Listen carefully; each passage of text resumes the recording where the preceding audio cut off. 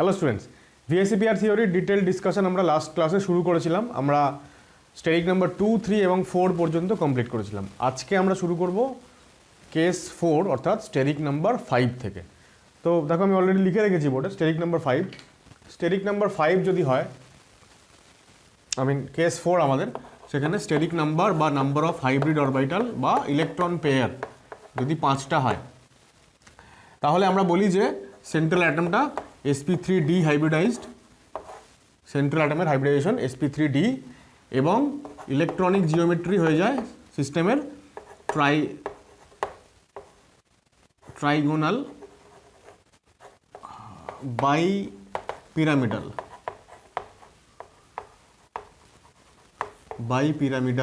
সংক্ষেপে আমরা টিপিপি বলি। ঠিক আছে, এবার এই যদি হয় তাহলে বন্ড অ্যাঙ্গেলগুলো কীরকম হয়। আচ্ছা, আমরা আগে এক্সাম্পল নিয়ে আলোচনা শুরু করি, তারপরে বন্ড অ্যাঙ্গেলসগুলো বলছি। এর আন্ডারে আমরা অ্যাকচুয়ালি 4টে ক্যাটাগরি পাবো। প্রথম ক্যাটাগরি যেখানে বন্ড পেয়ারের সংখ্যা হচ্ছে 5টা, মানে টোটাল নাম্বার অফ যে ইলেকট্রন পেয়ার সবগুলোই বন্ড তৈরি করেছে, মানে সিগমা বন্ড তৈরি করেছে। আর লোন পেয়ার এখানে নেই, লোন পেয়ার 0। যখন লোন পেয়ার 0 হয় তখন সিস্টেম রেগুলার জিওমেট্রি অ্যাটেন্ড করে, অর্থাৎ সিস্টেমের মলিকিউলটার বা আয়ন যাই হোক না কেন, তার অ্যাকচুয়াল যা জিওমেট্রি অর্থাৎ মলিকিউলার শেপ, সেটা এক্স্যাক্টলি ইলেকট্রনিক জিওমেট্রি অর্থাৎ যেটা হাইব্রিডাইজেশন থেকে প্রাপ্ত, অর্থাৎ যেমনটা হওয়া উচিত সেটাই হয়। অর্থাৎ আমরা বলতে পারি যে শেপ অফ মলিকিউল, শেপ বা জিওমেট্রি অফ মলিকিউল, সেটাও হয়ে যায় টিবিপি। এইবার আমি বন্ড অ্যাঙ্গেলটা বলছি, বন্ড অ্যাঙ্গেল। আচ্ছা, টিবিপি কেমন দেখতে হয় ছবিটা একটু এঁকে নিয়ে আয়। একটা আমরা এরকম ডটেড লাইন দিয়ে একটা আউটলাইন করি, তাই তো। তো আচ্ছা, আরেকটা জিনিস মেনশন করতে হবে এখানে, সেটা হচ্ছে ফর্মুলাটা কেমন হবে, AB5। যেহেতু 5খানা বন্ড পেয়ার, তাই 5খানা সারাউন্ডিং আটম আসবে বন্ড করতে। তাহলে এই হচ্ছে এ, 3টে বন্ড হচ্ছে অন দ্য প্লেন, যেগুলোকে আমরা ইকুইটোরিয়াল বন্ড বলি, আর 2টো বন্ড হচ্ছে above and below the plane, যেগুলোকে আমরা অ্যাক্সিয়াল বন্ড বলি। ঠিক আছে, যদি আমরা আগে আলোচনা করেছিলাম, স্টিল আমি মডেলটা দেখাচ্ছি একবার। This is trigonal bipyramidal. যদি এই উপরে আর নিচের বন্ডটা যদি আমি খুলে দিই তাহলে একটু বোঝাতে প্রথম থেকে সুবিধা হবে। So this is the molecular plane. এটা হচ্ছে অনেকটা sp2 জিওমেট্রি হলে যেরকম হয় ট্রাইগোনাল প্লেনার, সেরকম ট্রাইগোনাল প্লেনার। এটা হচ্ছে ইকুইটোরিয়াল বন্ড। ঠিক আছে, এই 3টে বন্ড, এটা, এটা এবং এটা। আর প্লেনের ওপরে একটা বন্ড আর প্লেনের নিচে আর একটা বন্ড, এই দুটো হচ্ছে অ্যাক্সিয়াল বন্ড। তাহলে এই সব মিলিয়ে হয়ে গেল আমাদের ট্রাইগোনাল বাই পিরামিডাল স্ট্রাকচার। ঠিক আছে, এইবার বন্ড অ্যাঙ্গেল দেখো। যদি আমরা অন দ্য প্লেন বন্ড মানে ইকুইটোরিয়াল বন্ডগুলোর অ্যাঙ্গেল কম্পেয়ার করি, এগুলো হচ্ছে 120 ডিগ্রি করে। ঠিক আছে, কটা আছে এরকম? 3টে। আমাদের অনেক সময় কী হয়, নাম্বার অফ বন্ডস যাদের হচ্ছে অ্যাঙ্গেল এত ডিগ্রি করে, নাম্বার অফ বন্ড অ্যাঙ্গেল এত ডিগ্রি, সেরকম কতগুলো বন্ড অ্যাঙ্গেল আছে, এরকম কোয়েশ্চেন কিন্তু আসতে পারে। মানে কোয়েশ্চেন কি আসবে না আসবে সেটা কিন্তু খুবই আনপ্রেডিক্টেবল আর কি। তো আমাকে পুরোপুরি কনসেপ্টে যদি আমার ক্লিয়ার থাকে, তাহলে যে কোনো ধরনের কোয়েশ্চেন আমি অ্যাটেন্ড করতে পারবো। যেমন ধরো আমি বলছি যে বন্ড অ্যাঙ্গেল যদি 120 ডিগ্রি হয়, তাহলে সেই ধরনের বন্ড অ্যাঙ্গেল আছে কটা? আছে হচ্ছে 3টে। ঠিক আছে, অন দ্য প্লেন 3টে ইকুইটোরিয়াল বন্ডের ভেতরকার অ্যাঙ্গেল, মানে এই অ্যাঙ্গেলটা হচ্ছে 120 ডিগ্রি, এই অ্যাঙ্গেলটা হচ্ছে 120 ডিগ্রি, আবার এই অ্যাঙ্গেলটাও হচ্ছে 120 ডিগ্রি। 3খানা ইকুইটোরিয়াল অ্যাঙ্গেল। অ্যাক্সিয়াল বন্ডের সঙ্গে কোনো একটা অ্যাক্সিয়াল বন্ডের সঙ্গে কোনো একটা ইকুইটোরিয়াল বন্ডের অ্যাঙ্গেল 90 ডিগ্রি। তাহলে এই অ্যাক্সিয়াল বন্ডের সঙ্গে এটাও 90 ডিগ্রি, এটাও, আবার এটাও। আবার নিচের দিকে এটার সঙ্গেও এটার 90 ডিগ্রি, এটার সঙ্গে এটা 90 ডিগ্রি, এটার সঙ্গে এটারও 90 ডিগ্রি। তাহলে টোটাল 90 ডিগ্রি বন্ড অ্যাঙ্গেল আছে কতগুলো? 6টা। ঠিক আছে, কী বলবো, ট্রাইগোনাল বাই পিরামিডাল জিওমেট্রি, যেখানে রেগুলার শেপ বা পারফেক্ট যে শেপটা আছে সেইটা যখন মেনটেন্ড হয়। এছাড়া 180 ডিগ্রি বন্ড অ্যাঙ্গেল হচ্ছে অ্যাক্সিয়াল, সেন্ট্রাল অ্যাটম এবং অ্যাক্সিয়াল, এই 3টের বন্ড অ্যাঙ্গেল হচ্ছে 180 ডিগ্রি, এবং এটা একটাই রয়েছে। সো একটা বন্ড অ্যাঙ্গেল আমরা খুঁজে পাই এই জিওমেট্রি আন্ডারে, যেটা হচ্ছে 180 ডিগ্রি। ঠিক আছে, এই প্রসঙ্গে একটা কথা উল্লেখযোগ্য, সেটা হচ্ছে যে ট্রাইগোনাল বাইপিরামিডাল এবং আমরা এর পরে পড়বো একটা পেন্টাগোনাল বাইপিরামিডাল যখন sp3d3 কনফিগারেশন হবে, হাইব্রিডেশন হবে। এই দুটো কেসে আমরা দেখি যে ইকুইটোরিয়াল এবং অ্যাক্সিয়াল এই দু ধরনের বন্ডগুলো, তাদের বন্ড লেংথ জেনারেলি আলাদা হয়, কিছু রেয়ার কেসে সেম হয়ে যায়, কিন্তু আমরা জেনারেলি বলি এগুলোকে যে ইররেগুলার জিওমেট্রি। ইররেগুলার কেন? কারণ বন্ড অ্যাঙ্গেল বন্ড লেংথ বিশেষ করে ইকুইটোরিয়াল এবং অ্যাক্সিয়ালের আলাদা, যদি বি অ্যাটমগুলো সবাই সেম হয় তারপরেও আলাদা হয়। ঠিক আছে, তো যেহেতু আলাদা আলাদা বন্ড লেংথ অ্যাক্সিয়াল এবং ইকুইটোরিয়াল, তাই জন্য এটাকে আমরা ইররেগুলার জিওমেট্রি বলি। এবার এই ইররেগুলার জিওমেট্রি আন্ডারে আমরা এই যে এখানে বলছি যে sp3d, আমি হাইব্রিডাইজেশন বলার সময় বলেছিলাম যে এখানে যে ইকুইটোরিয়াল পোর্শনটা আছে, অর্থাৎ যেটাকে আমরা বলছিলাম যে এই যে আমি যদি অ্যাক্সিয়াল বন্ডগুলো খুলে নিই তাহলে আমরা দেখাতে পারবো যে এটা ট্রাইগোনাল প্লেনার sp2 জিওমেট্রির মতন হয় আর কি।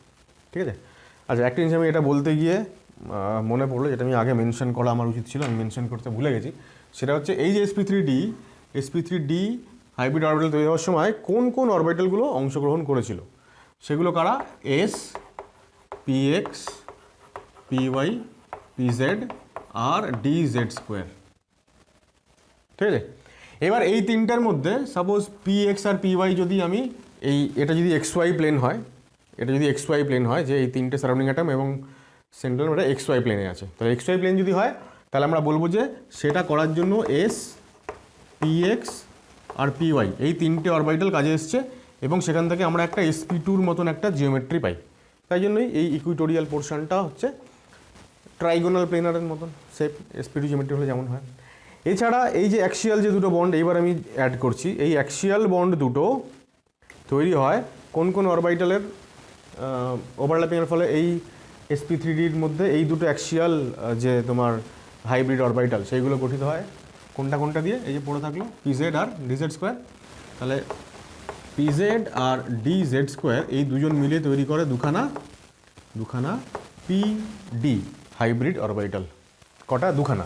এখানে তিনজন তোমার হচ্ছে কম্বাইন্ড হচ্ছে, তাই জন্য তিনখানা sp3 অরবিটাল তৈরি হয়, যে তিনটে হচ্ছে ইকুইটোরিয়াল, আর দুখানা pd অরবিটাল তৈরি হয় যারা হচ্ছে অ্যাক্সিয়াল।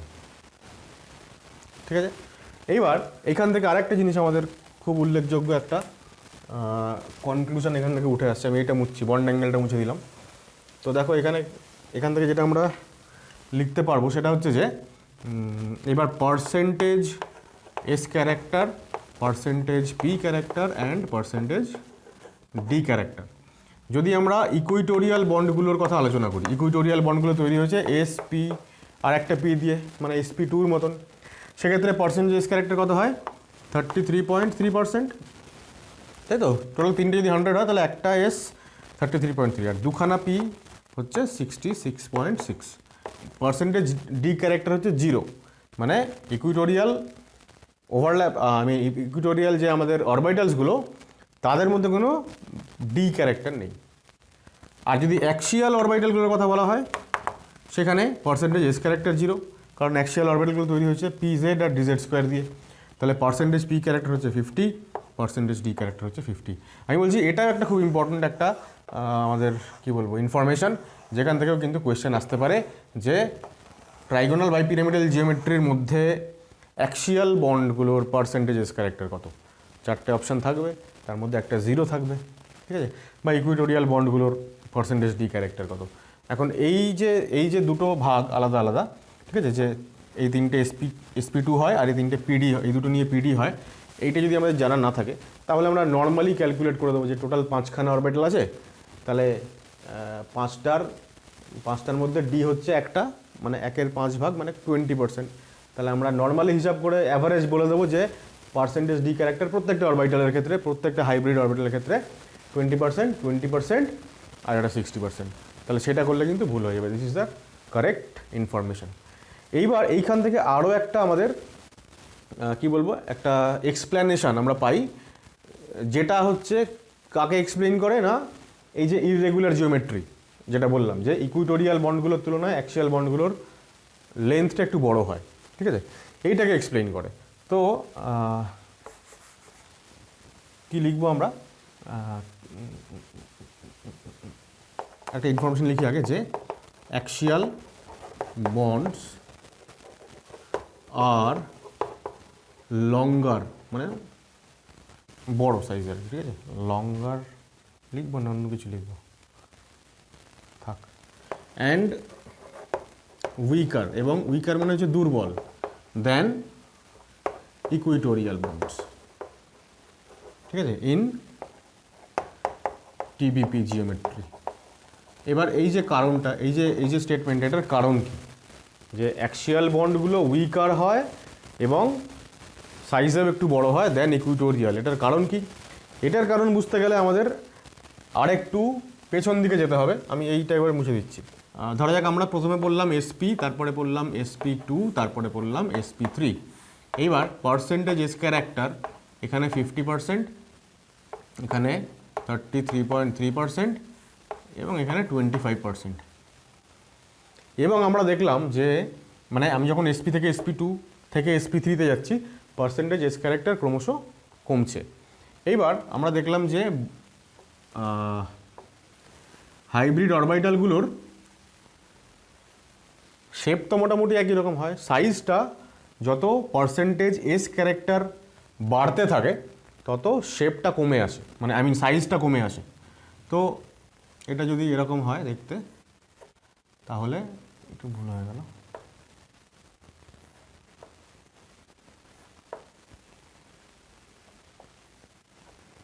তাহলে আমাদের এসপিটা মোটামুটি এরকম সাইজের হয়।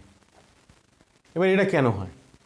এটার কারণ হচ্ছে যে যত পার্সেন্টেজ এস ক্যারেক্টার বাড়ছে, এসটা যেহেতু স্ফেরিক্যালি সিমেট্রিক্যাল আর পিটা যেহেতু একটু এরকম ইলংগেটেড, মানে স্ট্রেসড আর কি, তাহলে যত পার্সেন্টেজ এস ক্যারেক্টার বাড়বে তত ওর স্ট্রেসড হওয়ার তুলনায় ওর স্ফেরিক্যাল মতন একটা শেপে আসার প্রবণতা বাড়বে। সেই কারণে বিষয়টা আরেকটু মানে সংকুচিত হয়ে সাইজটা একটু ছোট হয়ে আসে আর কি, ঠিক আছে। এই কারণে আমরা এমনিতে আমাদের কাছে একটা ইনফরমেশন আগে থেকেই আছে যে সাপোজ আমি যদি একটা এক্সাম্পল এরকম বলি যে ইথেন, ঠিক আছে, ইথেন, ইথিলিন আর অ্যাসিটিলিন, এই তিনটে কম্পাউন্ডে কার্বনের হাইব্রিডাইজেশন যথাক্রমে এখানে SP3, এখানে SP2 আর এখানে SP, ঠিক আছে। এবং বন্ড লেংথ আমরা জানি যে এই তিনটের কেসে আমরা জানি যে এটা যদি কম্পাউন্ড A, B আর এটা C হয়, তাহলে বন্ড লেংথ C এর সব থেকে কম এবং A এর হচ্ছে সব থেকে বেশি, ঠিক আছে। তাহলে পার্সেন্টেজ এস ক্যারেক্টার যত বাড়ছে তত বন্ড লেংথ ক্রমশ কমে আসছে। অ্যাট দ্য সেম টাইম বন্ডের স্ট্রেংথ, মানে বন্ডটা কত শক্তিশালী হবে, বন্ডের স্ট্রেংথ তত বেড়ে যায়, অর্থাৎ সিটা হচ্ছে ম্যাক্সিমাম আর এটা হচ্ছে মিনিমাম। তাহলে আমরা কি পেলাম, যত পার্সেন্টেজ এস ক্যারেক্টার বাড়বে তত বন্ড লেংথ কমবে আর বন্ডের স্ট্রেংথ বাড়বে, বন্ডটা তত বেশি শক্তিশালী হবে। এবার এখানে চলে আসো, আমরা দেখতে পাচ্ছি যে ইকুইটোরিয়াল বন্ডের একটা certain percentage of S character আছে আর অ্যাক্সিয়াল বন্ডের এস ক্যারেক্টার 0। তাহলে এস ক্যারেক্টার যত কমতে থাকে, ওখানে আমরা কি দেখলাম, এস ক্যারেক্টার কমতে থাকলে বন্ডের স্ট্রেংথ কমতে থাকবে, ঠিক আছে।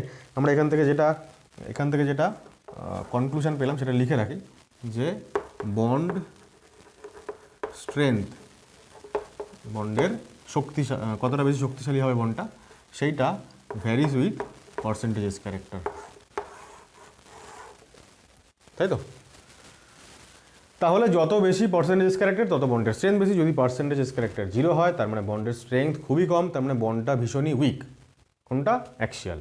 তাই জন্যই বলছি যে অ্যাক্সিয়াল বন্ডস আর লঙ্গার অ্যান্ড উইকার। এবার লঙ্গার কেন? কারণ ওই যে অরবিটালের ছবি দেখে নাও, যত অরবিটালটার যত লেংথ বাড়বে বা সাইজ যত বাড়বে তত তৈরি হওয়া বন্ডটারও সাইজ বাড়বে, ঠিক আছে।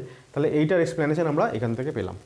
এবার এই কারণেই যেটা হয় আমরা এখানে মানে এই পার্টিকুলার ক্যাটাগরি যেখানে 5টা মানে বন্ড পেয়ার হচ্ছে 5 আর লোন পেয়ার হচ্ছে 0, এখানকার আমাদের প্রথম এক্সাম্পল ফার্স্ট হচ্ছে PCl5,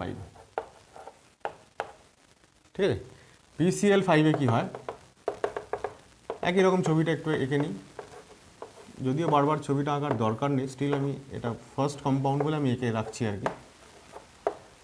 এখানে কি হয়, একটা কোয়েশ্চেন তোমরা এটা মুছে নিই একটু আমি, তাহলে এটা তোমরা কপি করে নিয়েছো নিশ্চয়ই। একটা কোয়েশ্চেন আমরা ফিজিক্যাল কেমিস্ট্রিতে কেমিক্যাল ইকুইলিব্রিয়াম চ্যাপ্টারে খুবই আলোচনা করি। কেমিক্যাল ইকুইলিব্রিয়াম চ্যাপ্টারে আমাদের কিছু নিউমেরিক্যাল সলভ করতে হয়।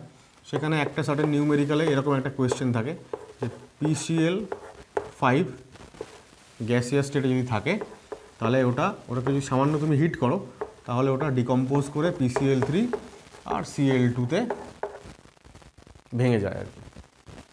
এবার এই যে রিয়াকশানটা হচ্ছে, এই রিয়াকশানের কারণই হচ্ছে এটাই যে যেহেতু অ্যাক্সিয়াল বন্ডগুলো খুবই দুর্বল, তাই সামান্য হিট দিলেই এই দুটো বন্ড ব্রেক করে যায়, ঠিক আছে, এবং দুখানা Cl অ্যাটম বেরিয়ে গিয়ে Cl2 হিসাবে সিস্টেম থেকে বাইরে বেরিয়ে যায়। এবার কথা হচ্ছে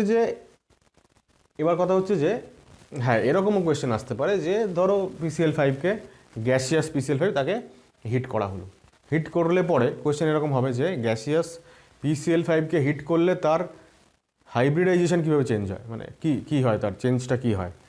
তো সেক্ষেত্রে আমাদেরকে বলতে হবে যে এখানে আমরা জানি যে এখানে ফসফরাস হচ্ছে sp3d হাইব্রিডাইজড, আর PCl3-তে ফসফরাস হচ্ছে sp3 হাইব্রিডাইজড, ঠিক আছে। তাহলে দিস ইজ দ্য চেঞ্জ। এরকম ধরো 4টে অপশান দেওয়া থাকবে যে চেঞ্জ ইন হাইব্রিডাইজেশন, ঠিক আছে, for this change in hybridization of phosphorus for this reaction is sp3d to sp3, sp3d to sp3d, এরকম 4টে অপশান দেওয়া থাকবে। বোঝা যাচ্ছে নিশ্চয়ই কোয়েশ্চেনটা কী বলতে চাইছি আমি। আচ্ছা, এবার এটা হয়ে গেল গ্যাসিয়াস স্টেটে, ঠিক আছে। এখানে একটা খুব ইম্পর্টেন্ট একটা নোট লিখে রাখো, সেটা হচ্ছে ইন সলিড স্টেট PCl5 যৌগটা যখন গ্যাসিয়াস স্টেটে থাকে তখন তো এই অবস্থায় থাকে, হাইব্রিডাইজেশন হচ্ছে sp3d, কিন্তু সলিড স্টেট সেখানে কি হয়, PCl5 exist as an ion pair হিসেবে এক্সিস্ট করে। আয়ন পেয়ার মানে হচ্ছে দুটো আয়নের এটা একসঙ্গে পেয়ারিং হয়, মানে আয়নিক কম্পাউন্ডের মতন অনেকটা ও অবস্থান করে। সেটা কীরকম হয় আর কি, PCl5 থেকে প্রথমে তৈরি হয় PCl4 প্লাস আর Cl মাইনাস। আর একটা সেকেন্ড মলিকিউল অফ PCl5 সে কী করে, সে এই Cl মাইনাসটাকে অ্যাকসেপ্ট করলে পরে PCl6 মাইনাস তৈরি হয়, ঠিক আছে। এটা মুচ্ছি, PCl6 মাইনাস তৈরি হওয়ার পরে তাহলে ওভারঅল রিয়াকশনটা এরকম দাঁড়ায় PCl4 প্লাস, এরকমও দেয় অনেক সময়, আর PCl6 মাইনাস। সো এই হচ্ছে সেই আয়ন পেয়ার। এবার যদি এই আয়ন পেয়ার হিসেবে অবস্থান করে ও সলিড স্টেটে, যদি না মানে করে অ্যাকচুয়ালি, সেই ক্ষেত্রে আমরা বলতে পারি যে এই ক্যাটায়নটার মধ্যে ফসফরাসের হাইব্রিডাইজেশন হচ্ছে sp3 কেন, কারণ তুমি ফর্মুলায় ফেলো, ট্রিক ব্যবহার করো, ক্লোরিন 7টা করে 4 সাথে 28, আর এটা হচ্ছে 5টা, 28 আর 5 33, প্লাস 4 জন্য একটা বাদ দাও 32, 8 দিয়ে ভাগ করো 4 মানে sp3, ঠিক আছে। অ্যান্ড দিস ইজ sp3d2, ঠিক আছে। তাহলে কি পেলাম আমরা, এখানে ব্র্যাকেটে আমি সলিড লিখে দিচ্ছি, সলিড মানে হচ্ছে অ্যাকচুয়ালি এটা। তাহলে PCl5 যখন গ্যাসিয়াস স্টেটে তখন ওর হাইব্রিডাইজেশন হচ্ছে sp3d, কার্বনাইজেশন ফসফরাস অ্যাটমের, সেন্ট্রাল অ্যাটমের। আর যখন সলিড স্টেটে তখন ফসফরাসের দু রকমের হাইব্রিডাইজেশন থাকে, ক্যাটায়নিক ফর্মটাতে sp3 এবং অ্যানায়নিক ফর্মটাতে sp3d2, ঠিক আছে। একই রকমভাবে আমরা এক্সাম্পল 1, এটা 2 নম্বর এক্সাম্পলে আমরা পড়ব PBr5 PI5, ঠিক আছে। এদেরও নেচার হচ্ছে এক্স্যাক্টলি PCl5-এরই মতন, যে এরা গ্যাসিয়াস স্টেটে sp3d এবং সলিড স্টেটে এরা আয়নিক কম্পাউন্ড হিসেবে অবস্থান করে, ঠিক আছে। আয়ন পেয়ার এখানে ব্র্যাকেটে আমি লিখে দিচ্ছি আয়নিক কম্পাউন্ডের মতন, আয়নিক কম্পাউন্ড, ঠিক আছে।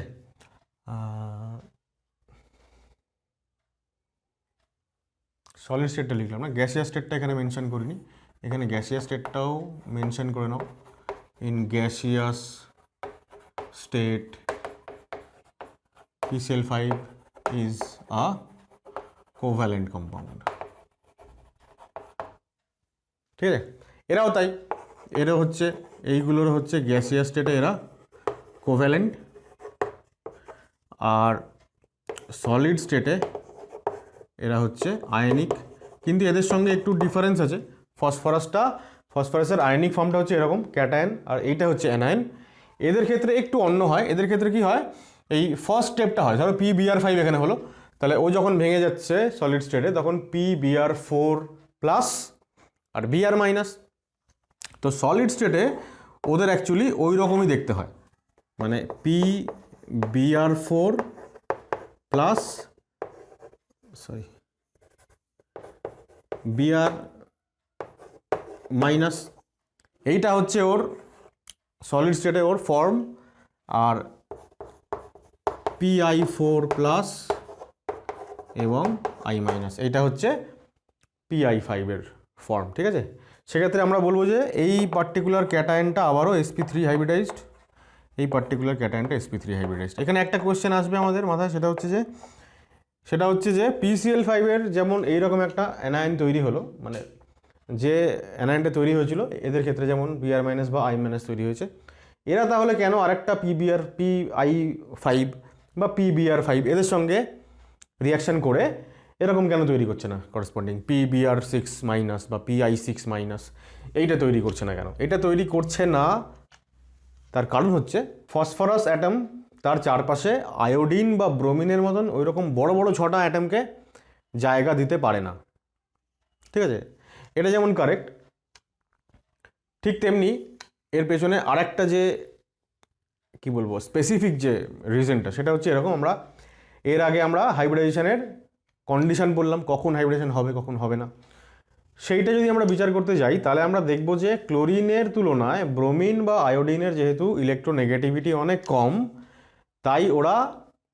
তাই ওরা ফসফরাসের এফেক্টিভ নিউক্লিয়ার চার্জকে অতটা বাড়িয়ে দিতে পারে না, যতটা বাড়িয়ে দিলে ফসফরাস তার সাপোজ এই যে তৈরি হয়েছে এটা, এখানে হাইয়েস্ট এক্সাইটেড স্টেটে ও গেছে আর কি ফসফরাস। এরা এতটাও বেশি ইলেকট্রোনেগেটিভ নয় যাতে করে ফসফরাসকে ওই এক্সাইটেড স্টেটে নিয়ে যাবে সব কটা ইলেকট্রনকে আনপেয়ার্ড করে, যেখানে গিয়ে ওরা ওই পার্টিকুলার অ্যানায়নটা তৈরি করতে পারবে। ঠিক আছে, তাহলে কোয়েশ্চেনটা কি লিখবো এখানে, যে ওয়াই PCl, আচ্ছা ওয়াই লিখছি না, PCl6 minus exist but PBr6 minus and Pi6 minus does not। ঠিক আছে, এক্সপ্লেইন। তো দেখো আমরা পড়ছি অ্যাকচুয়ালি VSEPR থিওরি, কিন্তু তার মধ্যেই আরও অনেক কিছু এসে পড়ছে আর কি। তো এটাই হচ্ছে আমাদের শেখার আর কি বলবো টেকনিক আর কি, যেভাবে আমরা একটা পার্টিকুলার টপিকের সঙ্গে অন্য টপিকগুলোকেও রিলেট করতে পারি। তাহলে আচ্ছা, এখানে আরেকটা জিনিস উল্লেখযোগ্য, সেটা হচ্ছে আমরা দেখো PCl5 PBr5 Pi5 নিয়ে আলোচনা করলাম, বাদ পড়ে গেল কি একজনই এদের মধ্যে PF5 ফসফরাস পেন্টা ফ্লুরাইড, ওটার আবার একটু স্পেশাল ব্যাপার আছে, এটা কপি করে নাও, মুছে নিই একটু। থার্ড এক্সাম্পল হচ্ছে PF5 ফসফরাস পেন্টা ফ্লুরাইডের যে স্পেশালিটি সেটা হচ্ছে all PF bonds are equal in size। প্রত্যেকটা PF বন্ডের সাইজটা এখানে আবার ইকুয়াল হয়ে যাচ্ছে, যদিও আমরা একটু আগে কি বললাম যে ট্রাইগোনাল বাইপিরামিডাল জিওমেট্রিটা হচ্ছে একটা ইররেগুলার জিওমেট্রি। ঠিক আছে, আমরা ওইটা আমি মেনশন করিনি, মানে বললাম মুখে তবে লিখিনি, তো সেটা একটু লিখে নাও আর কি, যে PBP geometry is unsymmetrical।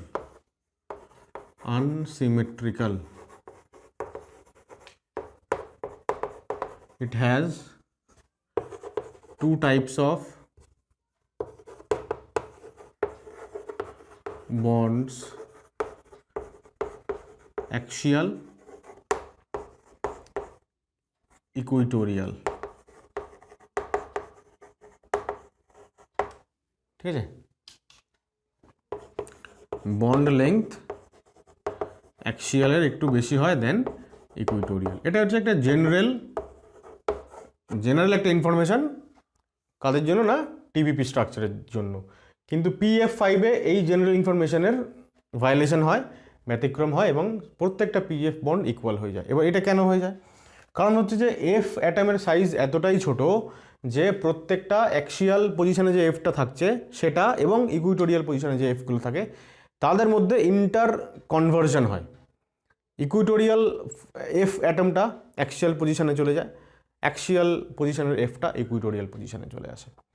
এই যে কনভার্সনটা হয় এইটা হতে পারে, তার কারণ হচ্ছে F অ্যাটমের সাইজটা ছোট অত্যন্ত, সেই কারণে আমরা এটাকে সিউডো রোটেশন এই নামে চিনি।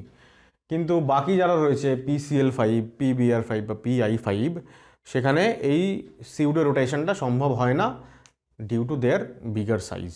তো দেখো এখানে স্টার দিয়েছি, কারণটা এখানে লেখা আছে যে this is because of rapid change in position of F atoms around phosphorus called pseudo rotation.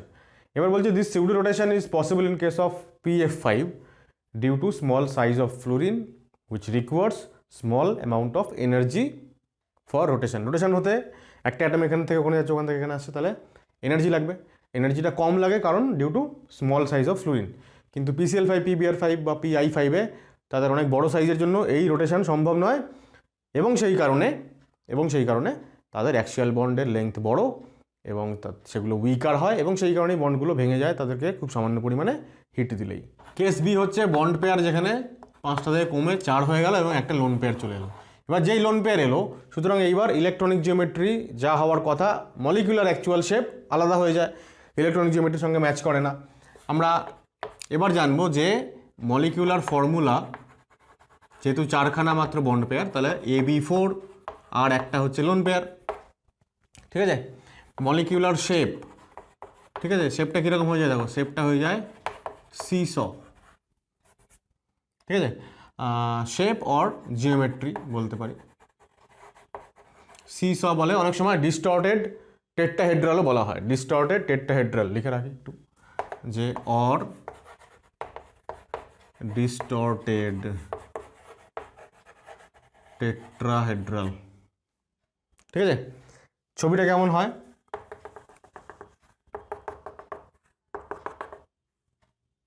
আমি একটা এক্সাম্পল দিই সবার আগে, তাহলে ছবিটা এক্সাম্পল দিয়েই করবো আর কি।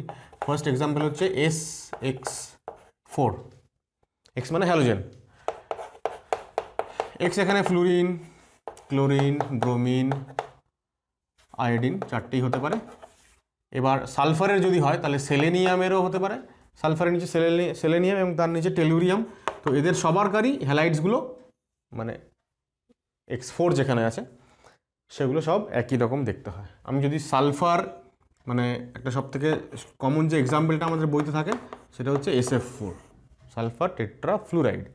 তাহলে এই হচ্ছে সালফার, এই হচ্ছে 4খানা ফ্লুরিন এবং 5 নম্বর পজিশনটাতে লোন পেয়ার, একটা লোন পেয়ারটা কোথায় থাকলো, এই 3টে ইকুইটোরিয়াল পজিশনের মধ্যে যে কোনো একটা পজিশনে থাকলো।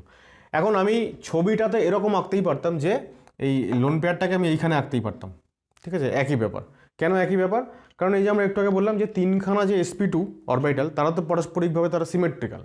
তো 3টে sp2 অরবিটালের মধ্যে, তো এই 3টে পজিশন হচ্ছে ইকুইটোরিয়াল, 3টে পজিশনেরই পারস্পরিক 3টে অরবিটাল যখন থাকবে তখন পারস্পরিক বন্ড অ্যাঙ্গেল 120 ডিগ্রি। তো 3টে পজিশনের যে কোনো একটা যদি আমি লোন পেয়ার রাখি, সাপোজ এখন এইখানটাতে লোন পেয়ারটা রেখেছি, তো এটা হচ্ছে এটা। এখন আমি যদি এইটাকে ইকুইটোরিয়াল একটা বন্ড এবং একটা লোন পেয়ার যদি আমি চেঞ্জ করে দিই, তাদের পজিশনটা ইন্টারচেঞ্জ করে দিই, তাহলে কি দেখতে কিছু আলাদা হলো? একই রকম তো, তাই না, একই রকম থাকলো। সুতরাং লোন পেয়ারটা আমি এখানে রাখতে পারি, এখানে বা এখানে, 3টে ইকুইটোরিয়াল পজিশনের মধ্যে যে কোনো একটা পজিশনে, ঠিক আছে। এবার একটা কোয়েশ্চেন এখান থেকে আসবে, লোন পেয়ারটা হোয়াই ইকুইটোরিয়াল পজিশন, কেন? সেটা আমরা ডিটেলড ডিসকাশন করব, বেন্ট রুল বলে একটা আমরা পড়বো নেক্সট ভিডিওতে। সেইখানে মোদ্দা কথা একটাই, সেটা হচ্ছে লোন পেয়ারটাকে এমন একটা জায়গায় রাখতে হবে যেখান থেকে তার বাকিদের সঙ্গে রিপালশনটা মিনিমাম। রিপালশন মিনিমাইজ করার বেস্ট যেটা উপায় সেটা হচ্ছে ইকুইটোরিয়াল পজিশনে। In case of TBP geometry, trigonal bipyramidal জিওমেট্রির ক্ষেত্রে লোন পেয়ারটাকে ইকুইটোরিয়াল পজিশনে রাখাটা হচ্ছে সেফ, মানে সেখানে repulsion between lone pair and other bond pairs আর মিনিমাম।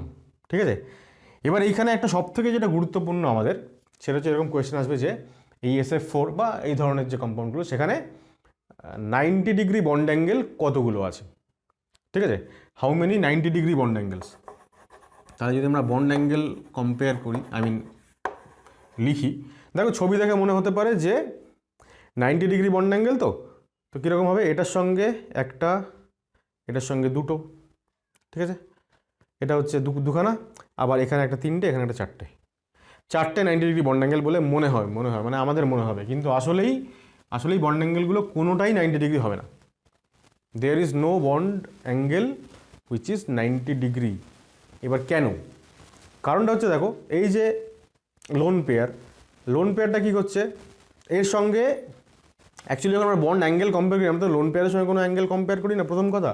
দ্বিতীয় কথা হচ্ছে এই যে আমি এখানে লিখেছি যে শেপ, কোথায় গেল, বা জিওমেট্রি, সিস, এটা হচ্ছে লোন পেয়ারটাকে বাদ দাও, দিলে এই পুরো জিনিসটাকে দেখতে সিস এর মতন না। সিস মানে কি, ওই যে একটা বিভিন্ন প্লেগ্রাউন্ডে থাকে না, বাচ্চারা খেলে, একটা এরকম বসার জায়গা থাকে, এখানে দুজন বসলো, এখানে একজন, আর এরকম দুখানা স্ট্যান্ড থাকে। এবার একজন প্রথমে মাটিতে যায়, তখন আরেকজন উপরের দিকে উঠে যায়, আবার এ যখন মাটিতে নেমে আসে তখন আরেকজন উপরের দিকে উঠে যায়। সো এই যে শেপটা, দিস ইজ কল্ড সিস। এবার এটাকে তুমি জাস্ট ঘুরিয়ে 90 ডিগ্রি অ্যাঙ্গেলে ঘুরিয়ে দাও, তাহলে দেখবে যে এই ভার্টিক্যাল লাইনটা এখন হয়ে যাবে এরকম, আর এই দুটো লাইন এখন হয়ে যাবে এরকম। ঠিক আছে, তো সিস মতন একটা শেপ আসছে, তাই জন্য এরকম নাম দেওয়া হয়। এবার যেটা হচ্ছে কি না, লোন পেয়ারটাকে বাদ দিয়ে, আমরা যখনই কোনো মলিকুলার জিওমেট্রির কথা বলি তখন আমরা লোন পেয়ারকে বাদ দিয়ে আলোচনাটা করি। এবার দেখো এই যে লোন পেয়ারটা রয়েছে ইকুইটোরিয়াল পজিশনে, দিস লোন পেয়ার, এ কি করবে, এ তার আশেপাশে যারা আছে সবাইকেই রিপেল করবে। লোন পেয়ারের সঙ্গে বন্ড পেয়ারদের রিপালশন বেশি হয়। ঠিক আছে, এখন আমাদের দেখতে হবে এটা যে ও অ্যাকচুয়ালি কি করছে। এই যে লোন পেয়ার একে যদি রিপেল করে এবং একে যদি রিপেল করে, তাহলে এই দুজন লোন পেয়ারের থেকে একটু দূরে সরে যাবে, রাইট। ন্যাচারালি এদের মধ্যেকার অ্যাঙ্গেলটা যেটা 180 ডিগ্রি হওয়ার কথা, এটা এবং এটার, সেই 180 ডিগ্রি অ্যাঙ্গেলটা 180 থেকে সামান্য কম হবে। তাহলে আমরা বলবো যে সাপোজ আমি এখানে না এই ফ্লোরিনটার নিচে এ লিখে দিচ্ছি, এ ফর অ্যাক্সিয়াল, ঠিক আছে, আর এটা হচ্ছে, এই দুটো হচ্ছে ই ফর ইকুইটোরিয়াল। তাহলে FAS আর FA, এই যে অ্যাঙ্গেলটা, ঠিক আছে, এটার ভ্যালু হবে লেস দেন 180 ডিগ্রি। যে কোনো একটা অ্যাক্সিয়ালের সঙ্গে ইকুইটোরিয়াল এই অ্যাঙ্গেলটা যদি আমি কম্পেয়ার করি, আমি যদি বলতে চাই এটা অ্যাক্সিয়াল, এটা ইকুইটোরিয়াল, তো এই অ্যাঙ্গেলটা এমনিতে 90 ডিগ্রি মনে হচ্ছে, কিন্তু এটাকে তো এইদিকে ঠেলে দিয়েছে ও পেছন দিকে, আবার এটাকে ওই দিকে ঠেলে দিয়েছে, তো সব মিলিয়ে এই অ্যাঙ্গেলটা আর 90 ডিগ্রি থাকবে না, তার থেকে সামান্য কমে যাবে। সো এটাও লেস দেন 90 ডিগ্রি। ঠিক আছে, আর এই দুজনের মধ্যেকার যে অ্যাঙ্গেল, এই যে দুটো, এই বন্ড আর এই বন্ড, এমনিতে 120 ডিগ্রি বলে মনে হতে পারে, কিন্তু এই লোন পেয়ার তো একেও ঠেলবে, আর এই লোন পেয়ার এটাকেও ঠেলবে এদিকে, তাহলে এরা দুজন পরস্পরের কাছাকাছি এসে যাবে। তাহলে এবার বন্ড অ্যাঙ্গেল এদের মধ্যেকার 120 ডিগ্রি হওয়ার কথা, তার থেকে কম হবে। সেটা হচ্ছে কারা, দুখানা ইকুইটোরিয়াল বন্ড অ্যাঙ্গেল, মানে এই অ্যাঙ্গেলটা। তাহলে F ইকুইটোরিয়াল সালফার আর F ইকুইটোরিয়াল, এই bond angle less than 120 degree. ঠিক আছে, এখান থেকে যে কোনো MCQ কোয়েশ্চেন যেমন ধরনের খুশি আসতে পারে, সেটা কিন্তু আমাদেরকে কনসেপচুয়াল যদি আমরা চিন্তাভাবনা না করি তাহলে কিন্তু হবে না। আমি যদি এই ইনফরমেশনটা তোমাদেরকে না দিই, তাহলে তোমাদের মনে হতে পারে যে এই অ্যাঙ্গেলটা 180 ডিগ্রি, ঠিক আছে, এই অ্যাঙ্গেলটা 120 ডিগ্রি, এবং অ্যাক্সিয়াল আর ইকুইটোরিয়াল মধ্যেকার অ্যাঙ্গেলটা 90 ডিগ্রি। ঠিক আছে, তাহলে কিন্তু গন্ডগোল হয়ে যাবে। তাহলে এই হচ্ছে, আচ্ছা আরেকটা এক্সাম্পল এখানে বলি, খুবই ইম্পর্ট্যান্ট আর কি, সেটা হচ্ছে 2 নম্বর XeO2F2, আর 3 নম্বর হচ্ছে IOX3। আচ্ছা Xe মানে কিন্তু জেনন, ঠিক আছে, আর X মানে হচ্ছে halogen, fluorine, chlorine, bromine, iodine. ঠিক আছে, দেখো ব্যাপারটা হচ্ছে এখানে 8খানা ইলেকট্রন জেননের, 8টা, আর অক্সিজেনের লাস্টে 6টা করে ইলেকট্রন, 6 দুগুণে 12টা, 8 আর 12 হয়ে গেল 20, আর এদের হচ্ছে 7টা করে, 2টো 14টা, ঠিক আছে, 34 হয়ে গেল। 34 হয়ে গেল। এবার তুমি 8 দিয়ে ভাগ করো, 4 8 32 মানে 4টে বন্ড পেয়ার। 2 পরে থাকলো 2/2 মানে 1 একটা লোন পেয়ার। তাহলে 4টে বন্ড পেয়ার একটা লোন পেয়ার মানে সি-স জিওমেট্রি। এবার কেমন দেখতে হবে দেখো, ছবিটা খুব ইম্পর্টেন্ট, দুখানা ছবি পাশাপাশি রাখছি। ব্যাপারটা হচ্ছে কি, এক্সি তো থাকলো এখানে, এক্সি O2F2, দুখানা ফ্লুরিনের সঙ্গে যে বন্ড তারা থাকবে অ্যাক্সিয়াল পজিশনে, এবং দুখানা অক্সিজেন যারা কিনা ডাবল বন্ডেড তারা থাকবে ইকুইটোরিয়াল পজিশনে। এর কোনো অন্যতা হবে না আর কি। মানে তুমি যদি ছবিটা এরকম আঁকো যে দুখানা অক্সিজেনকে তুমি অ্যাক্সিয়াল পজিশনে দিলে আর দুখানা ফ্লুরিনকে তুমি ইকুইটোরিয়াল রাখলে, তাহলে ছবিটা হয়ে গেল ভুল। ঠিক আছে, এরকম 4খানা ছবিও দিতে পারে এমসিকিউ কোয়েশ্চেনে। 4টে ছবি দিয়ে বললো কোন ছবিটা হচ্ছে কারেক্ট বা কোন ছবিগুলো হচ্ছে ইনকারেক্ট সেটা বলো। এবারে কেন ইকুইটোরিয়ালে অক্সিজেন, অ্যাক্সিয়ালে ফ্লুরিন, আবারও বলছি নেক্সট ভিডিওতে আমরা বেন্ট রুল পড়বো, সেখানে এইটা ক্লিয়ার হবে। ঠিক আছে, আর এই ক্ষেত্রে IOX3, তাহলে I 3খানা ফ্লুরিন আর একটা অক্সিজেন। তাহলে দেখো অক্সিজেন আমি এখানে কিন্তু রেখেছি ইকুইটোরিয়ালে ডাবল বন্ডেড যেটা। তো সেই রকমই একজনকে লোন পেয়ারটাকে তো এইখানে রাখলাম আমি, দেখতে ভালো লাগবে তাই জন্য। মানে সি-স জিওমেট্রিটা অ্যাকচুয়ালি যে এরকম হয়, যেটাকে আমি বললাম যে আমি যদি এটাকে খুলে দিই লোন পেয়ারটাকে, ঠিক আছে, তাহলে এই যে দেখতে হচ্ছে দিস ইজ সি-স। এবার এইটা মানে বোর্ডের যে 2 ডাইমেনশনাল ছবি সেইটা দেখে যাতে ফিলটা আসে, সেই কারণে আমরা লোন পেয়ারটাকে এইখানে রাখি। আদারওয়াইজ লোন পেয়ারকে এখানে রাখলেও কোনো সমস্যা ছিল না, একই 3টে ইকুইটোরিয়াল পজিশন সেম। তো আমি যেটা বলছিলাম যে ডাবল বন্ডেড অক্সিজেনকে আমি রেখেছি কোথায়, ইকুইটোরিয়ালে। তো সেটা মেনটেন করতে হবে, ডাবল বন্ডেড অক্সিজেন একটা ইকুইটোরিয়ালেই থাকবে। এরকম না যে 3টে এক্স আছে তো তাদেরকে 3জনকে আমি আমার সুবিধা মতন দেখতে অনেক ভালো লাগবে সেই কারণে এখানে আই রাখলাম, আর এইখানে 3টে এফ দিলাম, 3টে এফ 3জনকে ইকুইটোরিয়াল দিয়ে দিলাম, একটা লোন পেয়ার এখানে দিলাম, একটা ডাবল বন্ডেরও এখানে দিলাম। সো দিস ইজ অ্যাবসোলিউটলি রং। ঠিক আছে, লোন পেয়ারকে ইকুইটোরিয়াল রাখতেই হবে, আর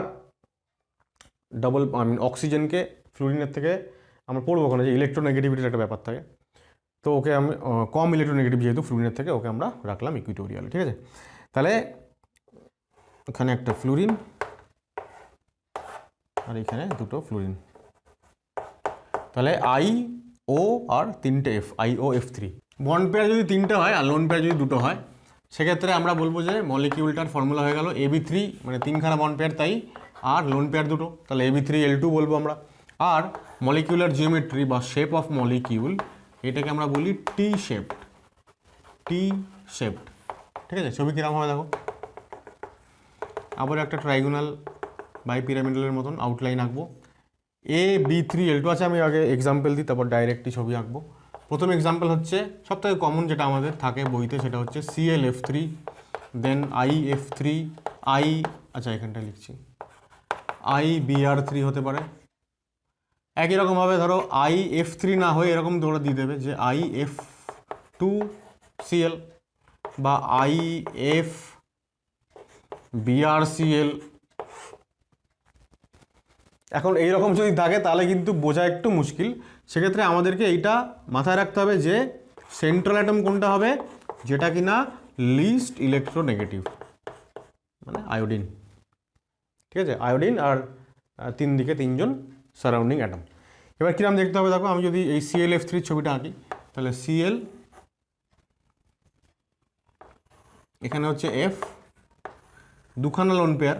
আগের ছবিতেই আমরা বললাম যে টিবিপি জিওমেট্রিতে লোন পেয়ার সবসময় কোথায় থাকবে, ইকুইটোরিয়াল পজিশনে। ঠিক আছে, এবার খুব ভালো করে একটা জিনিস লক্ষ্য করো, আমি ছবিটা যেটা আঁকছি Cl, ঠিক আছে, এটাকে তুমি, আমার ছবিটা একটু ভুল হয়েছে, মানে এটা এক্স্যাক্টলি এরকম মিড পজিশনে হয়নি আর কি, তো তাই যদি হয় তাহলে এটা F হয়ে গেল। এবার এই যে দুটো যে অ্যাক্সিয়াল বন্ড দুটোকে আমি এক্স্যাক্টলি এরকম 90 ডিগ্রি অ্যাঙ্গেলে আঁকবো না, জাস্ট একটুখানি বেন্ড করবো সামান্য। ঠিক আছে, সামান্য একটুখানি বেন্ড করব, এখানে আমি F দেবো, এখানে আমি F দেবো। অনেক সময় বেন্ট টি শেপটাও বলা হয়। ঠিক আছে, টি কেন, এটাকে তুমি আবার লোন পেয়ার দুটোকে চাপা দাও এবং এই যে জায়গাটা এটাকে তুমি আবার 90 ডিগ্রি ক্লকওয়াইজ মোশন দিয়ে দাও, তাহলে দেখবে যে অ্যাকচুয়ালি এখন এটাকে এরকম দেখতে হয়েছে, এটাকে তুমি ঘুরিয়ে দাও তাহলে এটা এরকম দেখতে হবে, মানে টি শেপড হয়ে গেল। কিন্তু এই যে বন্ড অ্যাঙ্গেলগুলো this are not 90 degree angles, ঠিক আছে, মানে এটার সঙ্গে এই যে অ্যাঙ্গেলটা এটা 90 ডিগ্রি না, তার থেকে কম। কেন কম? কারণ লোন পেয়ার এখন দুখানা লোন পেয়ার এসে গেছে। লোন পেয়ার দুটোর মধ্যে রিপালশন এত বেশি হবে যে এই লোন পেয়ারটা এইদিকে আসতে চাইবে, এই লোন পেয়ারটা এইদিকে আসতে চাইবে, ন্যাচারালি এই বন্ডগুলো যেটা সোজা ছিল এরকম তাকে খানিকটা এরকম ঠেলে দেবে এইদিকে, আর এই বন্ডটাকে খানিকটা এইদিকে ঠেলে দেবে। ন্যাচারালি এই অ্যাঙ্গেলটা যেটা 90 ডিগ্রি হওয়ার কথা তার থেকে কম, আর এর সঙ্গে এই যে টোটাল অ্যাঙ্গেলটা 180 ডিগ্রি হওয়ার কথা সেটাও কম।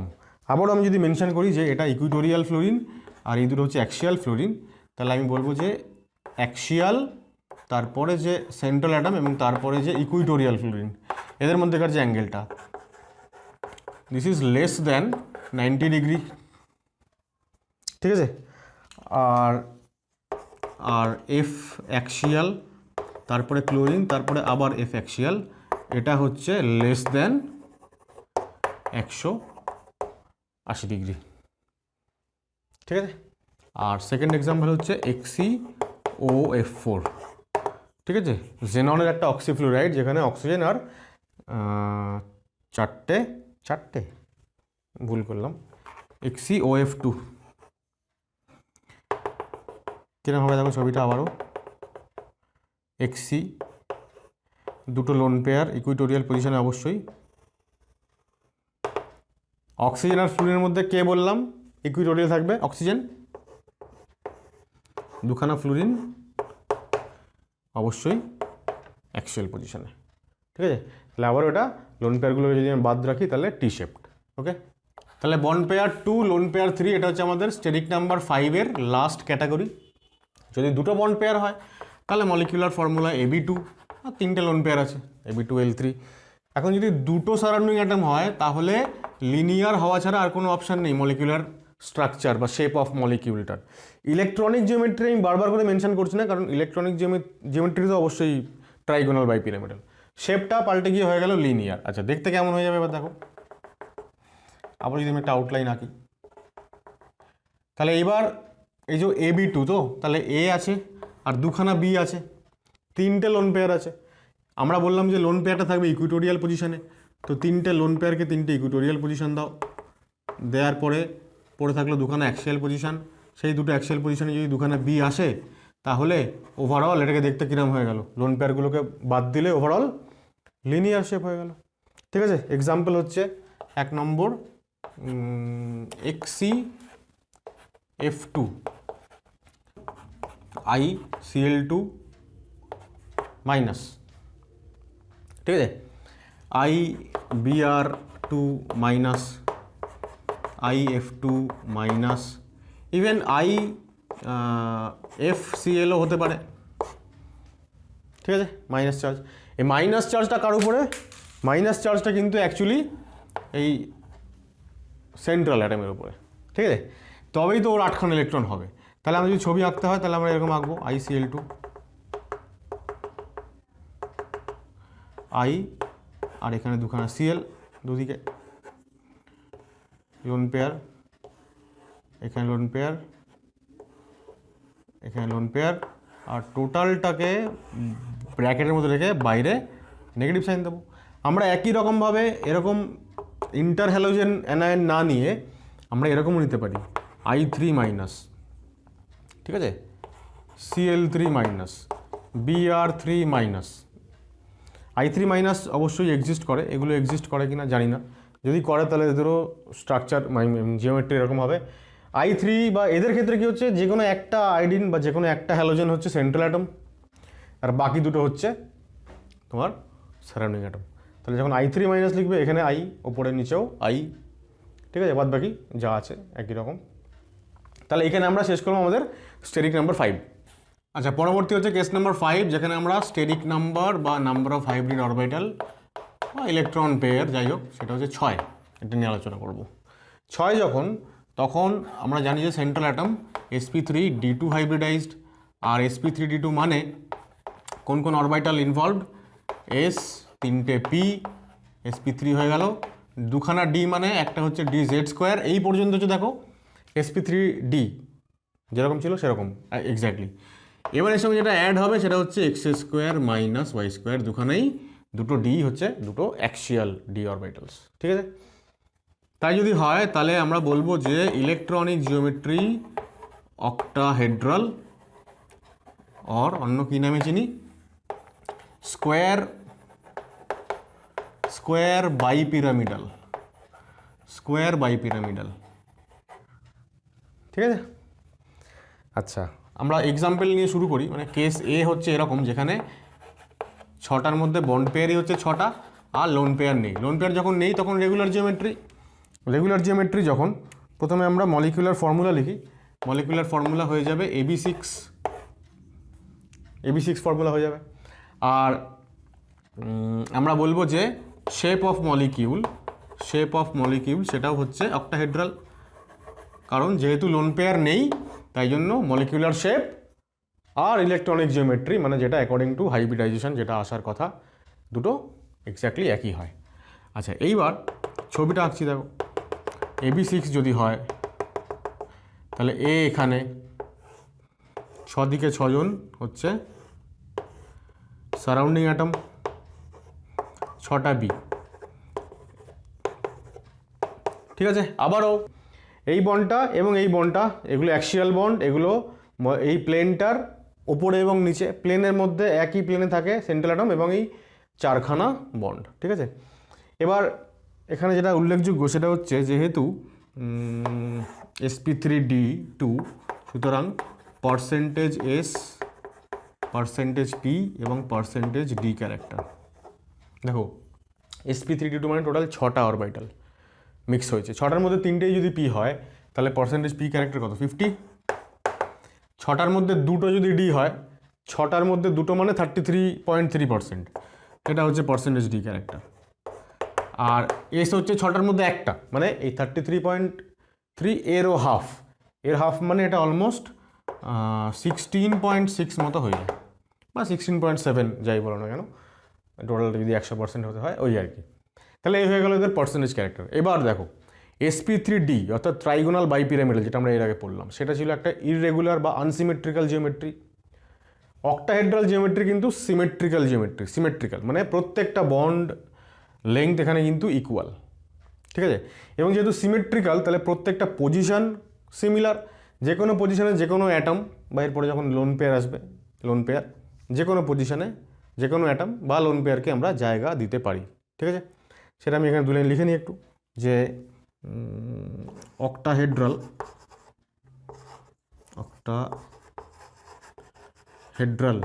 geometry is a regular ব্র্যাকেটে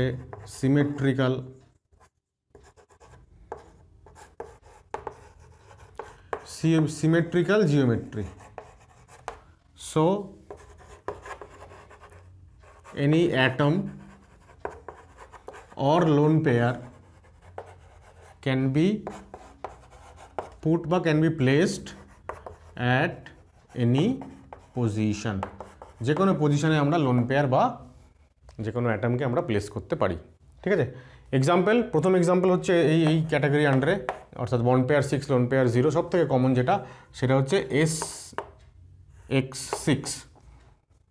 ফর এক্সাম্পল সালফার হেক্সাফ্লুরাইড SF6, ঠিক আছে, SF6, SCl6, SBr6, SI6 etcetera.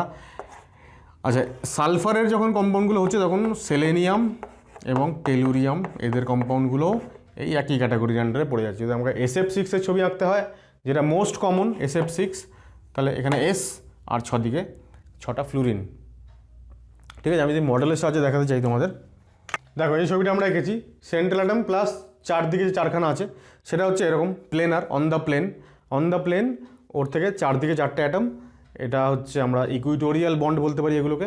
আর এই যে এর ওপরে এবং এর নিচে যে দুটো বন্ড এলো এরা হচ্ছে অ্যাক্সিয়াল বন্ড।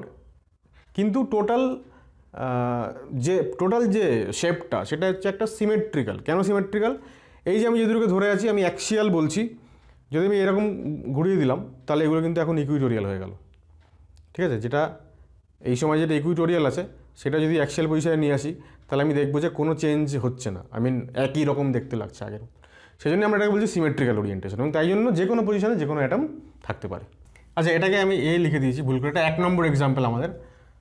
2 নম্বর এক্সাম্পল এরকম হতে পারে IF6+ বা IOF5, এছাড়া হতে পারে XeO2F4। এই দুটো ছবি আমি আঁকছি একই রকম, মানে আমি বলছি আই এখানে থাকলো তো, আর 5টা হচ্ছে ফ্লুরিন আর একটা অক্সিজেন। এবার আবারও বলছি যাতে করে ছবিটা একটু দেখতে ভালো লাগে, সেই কারণে আমরা অক্সিজেনটাকে এরকম একটা মিডল পজিশন দিই, ছবিটাকে যাতে সিমেট্রিক্যাল দেখতে লাগে, আর 5খানা ফ্লুরিনকে আমরা এরকম 5খানা জায়গা দিয়ে দিই, ঠিক আছে। কিন্তু যেহেতু 6টাই পজিশন একই রকম সিমেট্রিক্যাল, যে কোনো পজিশনে আমি অক্সিজেনকে রাখতে পারতাম, এটা কিন্তু মাথায় রাখতে হবে। আর XeO2F4এও তাই। আবারও বলছি, যেহেতু ছবিটা যখন আমরা আঁকছি তখন যাতে দেখতে ভালো লাগে, সেই কারণে অক্সিজেনগুলোকে এরকম 2খানা উপরে নিচে পজিশন দেওয়া হয়, 4টে Fকে এরকম রাখা হয়। কিন্তু আবারও বলছি, যেহেতু সিমেট্রিক্যাল অ্যারেঞ্জমেন্ট, তাই যে কোনো অ্যাটমকে যে কোনো পজিশনেই রাখা যেতে পারে। 4টে ধরো এরকম ছবি দিয়ে দিল, যেখানে কোনো জায়গায় হয়তো অক্সিজেন দুটো, এখানে একটা, এখানে একটা, এখানে FF, এখানে FF, এরকম 4 রকমের ছবি দিয়ে বললো যে কোনটা কারেক্ট নয়, ঠিক আছে। এরকম যা খুশি কোয়েশ্চেন কিন্তু আসতে পারে। আচ্ছা হ্যাঁ, বন্ড অ্যাঙ্গেলটা নিয়ে আমি আলোচনা করিনি, বন্ড অ্যাঙ্গেলটা বলতে ভুলে গেছি। আচ্ছা, এবার মডেলটা নিয়ে আমি আবার দেখাচ্ছি। দেখো, অ্যাক্সিয়াল BAB এই অ্যাঙ্গেলটা কত? 180 ডিগ্রি। তাহলে এটা একটা 180 ডিগ্রি অ্যাঙ্গেল, এইটা একটা 180 ডিগ্রি অ্যাঙ্গেল, আর একটা এটা, 3খানা, তাই তো? একটা, দুটো, তিনটে হচ্ছে 180 ডিগ্রি অ্যাঙ্গেল আছে। 90 ডিগ্রি অ্যাঙ্গেল কটা আছে? দেখো, এই অ্যাটমের সঙ্গে এই 4জন প্রত্যেকে 90 ডিগ্রি অ্যাঙ্গেলে আছে। আবার এই নিচেরটার সঙ্গেও এই 4জন প্রত্যেকে 90 ডিগ্রি অ্যাঙ্গেলে আছে। 4টে 8টা হয়ে গেল। এবং এই যে ইকুইটোরিয়াল যে বন্ডগুলো, যারা একটা প্লেনের মধ্যে আছে, তাদেরও পারস্পরিক অ্যাঙ্গেল কিন্তু 90 ডিগ্রি। এখানে 4টে অ্যাঙ্গেল আছে।